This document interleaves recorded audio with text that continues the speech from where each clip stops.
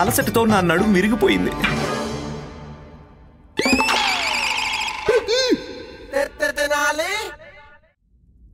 అమ్మకేమైంది?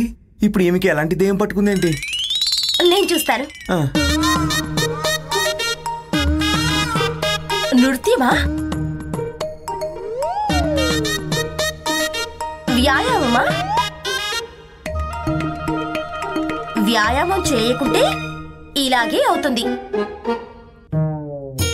నీకు తెలుసా, గురూజీ తన ప్రవచనాల్లో చెప్పారు, మనిషి శరీరం కోసం ప్రతిరోజు వ్యాయామం చాలా మంచిదని. నా సలహా విని నువ్వు కూడా ప్రతిరోజు పొద్దున్నే లేచి వ్యాయామం చేస్తూ ఉండు. అత్తయ్య, కూర్చోండి కూర్చోండి కూర్చోండి, జాగ్రత్తగా. ఏమైందమ్మేశ్వరి, నడుము పట్టేసిందా? అందుకే అన్నిటికంటే ముందు నువ్వు వ్యాయామం చేయడం మొదలుపెట్టు.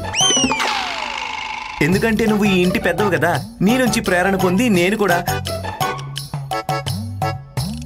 రోజు వ్యాయామం చేస్తూ ఉంటాను. సరేనా?